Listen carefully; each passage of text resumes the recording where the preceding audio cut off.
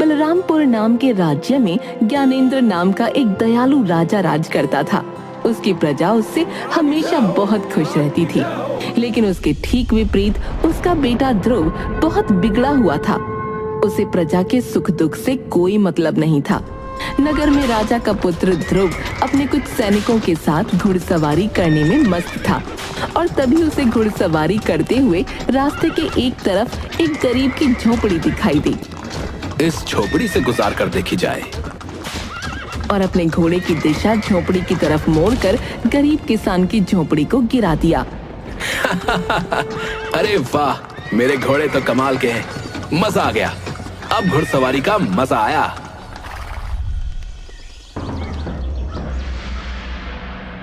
अगले दिन राजमहल में। क्या बात है मंत्री, ये शोर कैसा हो रहा है?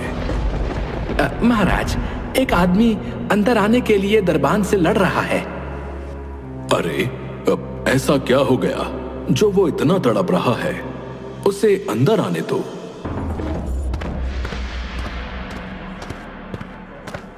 उस आदमी को अंदर बुलाया जाता है तो वो बताता है, महाराज, मेरी मदद कीजिए महाराज, मैं लुट गया, बर्बाद हो गया। अरे, आखिर हुआ क्या है, बताओ तो। महाराज,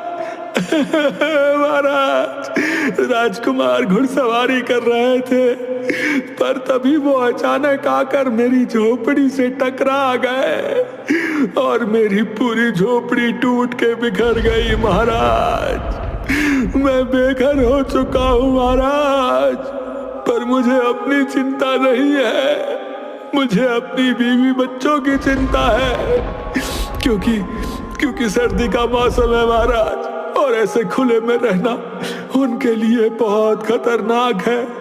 वो मर जाएंगे महाराज, वो मर जाएंगे, मेरी मदद कीजिए महाराज। मंत्री, राजकुमार को बुलवाओ। तुम चिंता मत करो, हमारे होते हुए अन्याय नहीं हो सकता, तुम्हें न्याय मिलेगा। राजकुमार को बुलाया जाता है। जी पिताजी, बताइए, आपने मुझे याद किया? ध्रुव, ये मैं क्या सुन रहा हूं? तुमने इस आदमी की झोपड़ी तोड़ दी? मैं इसका कारण जान सकता हूं? पिताजी, बस थोड़ी सी टक्कर लग गई थी, कोई बड़ी बात नहीं है। वैसे भी वो झोपड़ी बहुत कमजोर थी, और वैसे भी मैं अपने घोड़ों की ताकत को परखता रहता हूं। बेटा, तुम्हारे लिए ये छोटी बात हो सकती है, लेकिन इसके लिए ये जीवन और मृत्यु का सवाल है। क्या तुम जानते हो कि सर्दी में बिना छत के रहना कितना कठिन होता है? घोड़ों की ताकत युद्ध भूमि में देखी जाती है, ऐसे गरीब नगरवासियों के घर तोड़कर नहीं। नहीं, मुझे नहीं पता और जानना भी नहीं है। जरा सी गलती पर क्यों आप मुझे सुना रहे हो? मैं राजकुमार होकर अपनी मर्जी से कुछ फैसले भी नहीं ले सकता क्या? ध्रुव, गलती का एहसास होना जरूरी है। जब तक तुम्हें किसी की कठिनाई का अंदाजा नहीं होगा, तब तक तुम कभी अच्छे राजा नहीं बन पाओगे। एक राजा का दिल हमेशा अपनी प्रजा के लिए धड़कना चाहिए। सर्दी का मौसम बहुत कठोर होता है और गरीबों के पास इतने साधन नहीं होते कि वो इससे बच सकें। तुम्हारी एक गलती ने इन लोगों को बेघर कर दिया। हाँ पिताजी, मैं समझ गया, अब मैं चलता हूँ। राजकुमार ने राजा की बातों पर कोई खास ध्यान नहीं दिया और वहां से चला गया। फिलहाल राजा ने उस आदमी की झोपड़ी वापस ठीक करवा दी, लेकिन कुछ ही दिन बाद राजकुमार ने फिर से एक गरीब आदमी की झोपड़ी को तोड़ दिया, और वो भी सिर्फ इसलिए क्योंकि वो रास्ते में उसे अच्छी नहीं लग रही थी। ध्रुव, तुम्हारा दिल पत्थर का हो गया है। तुमने फिर से एक गरीब की झोपड़ी तोड़ दी। क्या तुम्हें सर्दी में लोगों की तकलीफ का जरा भी एहसास नहीं है? पिताजी, वो झोपड़ी रास्ते में थी, मेरा मन खराब होता था उसको देखकर। बस, बहुत हो गया। तुम्हें अपनी प्रजा की पीड़ा का कोई एहसास नहीं। अगर तुम में संवेदना नहीं है तो तुम राजा बनने के काबिल नहीं हो। अब तुम इस महल से निकल जाओ। जाओ और देखो कि गरीबों की सर्दी कैसी होती है। जब तुम उनकी तकलीफें खुद महसूस करोगे तब शायद तुम्हें समझ आएगा कि राजा का दिल कैसा होना चाहिए। आप मजाक कर रहे हैं ना? मैं राजकुमार हूं इस नगर का, आप मुझे नहीं निकाल सकते। तुम्हें हर बात मजाक ही लगती है, लेकिन ये मजाक नहीं है। चले जाओ यहां से। सिपाहियों, इसे महल से बाहर निकाल दो। अरे मुझे हाथ मत लगाना पिताजी, आप ऐसा नहीं कर सकते पिताजी। राजा के आदेश पर राजकुमार को महल से बाहर निकाल दिया जाता है। वो पूरे दिन तो इधर उधर घूमता रहा, लेकिन रात होते ही उसे बहुत तेज सर्दी लगने लगी। अब तो काफी वक्त बीत गया। पिताजी ने दरबानों को आदेश दे दिया होगा कि मुझे अंदर आने दिया जाए। हाँ, अंदर चलकर देखता हूँ। वो महल में जाने की कोशिश करता है, पर दरबान उसे अंदर नहीं जाने देता। माफी चाहूंगा राजकुमार, लेकिन महाराज का आदेश है कि आपको अंदर न आने दिया जाए। अरे यार, मुझे लगा था शाम तक पिताजी का दिल पिघल जाएगा, पर ये तो बड़े सख्त हो गए। अब मैं कहाँ जाऊं? वो ठंड में ठिठुरता हुआ आगे चल पड़ता है। ठंड से उसकी हालत खराब हो रही थी। उसे समझ नहीं आ रहा था कि वो कहाँ जाए और क्या करे। तभी रास्ते में उसे मोहन मिला। अरे राजकुमार, आप इतनी ठंड में यहाँ क्यों टहल रहे हैं? तुम्हारी वजह से मेरे पिताजी ने मुझे महल से निकाल दिया। तो आइए, आप मेरे घर में आ जाइए। यहीं सामने मेरी झोपड़ी है, महाराज ने ठीक करवा दी थी। तुम अगर नहीं भी कहते ना तो भी मैं आने ही वाला था, क्योंकि तुम्हारी ही वजह से मैं बेघर हुआ हूँ। राजकुमार मोहन के साथ उसकी झोपड़ी में पहुंचता है, जहां उसकी पत्नी और बेटा उसका स्वागत करते हैं। अरे राजकुमार, आप आइए आइए। राजकुमार, आपके कपड़े तो बहुत सुंदर हैं। मैं इन्हें छूकर देख सकता हूँ क्या?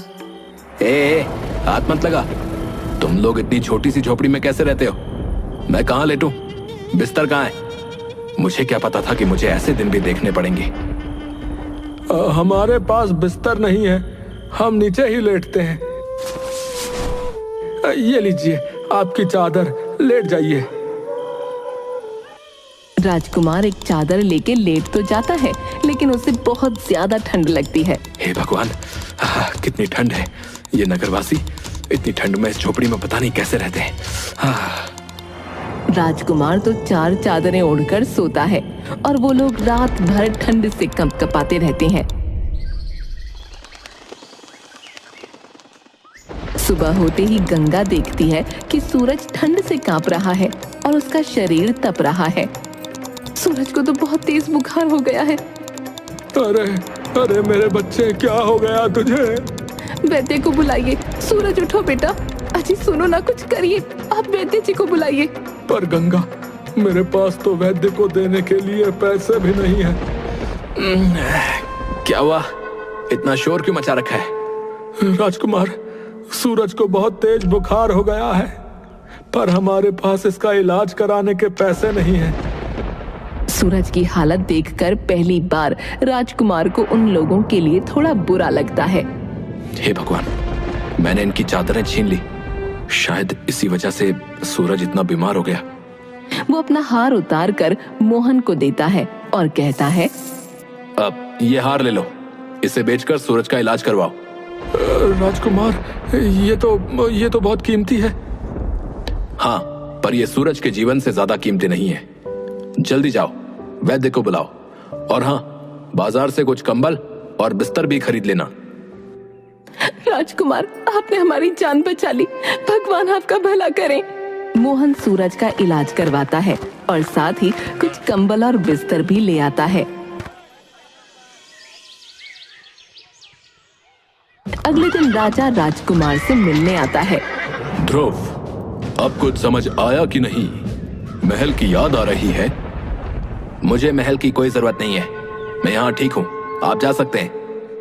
ये घमंड सही नहीं है ध्रुव, पर ठीक है, जब तक तुम्हारा मस्तिष्क ठीक नहीं होता यहीं रहो। धन्यवाद, पर मैं अपनी जगह पर खुश हूँ। राजा वापस महल लौट जाता है। उसी रात अचानक एक भयानक तूफान आता है। हवा की जोरदार आवाज से झोपड़ी हिलने लगती है और कुछ ही पलों में झोपड़ी टूटकर बिखर जाती है। मोहन, उसकी पत्नी, बेटा और राजकुमार सभी खुले आसमान के नीचे ठंड से कांपने लगते हैं। हे भगवान, अब हम क्या करेंगे? ये रात कैसे गुजारेंगे? माँ, बहुत ठंड लग रही है। गंगा, हमारे हाथ में कुछ भी नहीं है जो कर सके। अब बस इस रात को किसी तरह काटना होगा। ये ठंड इतनी कठोर है, कैसे सहते हो तुम लोग इसे रोज?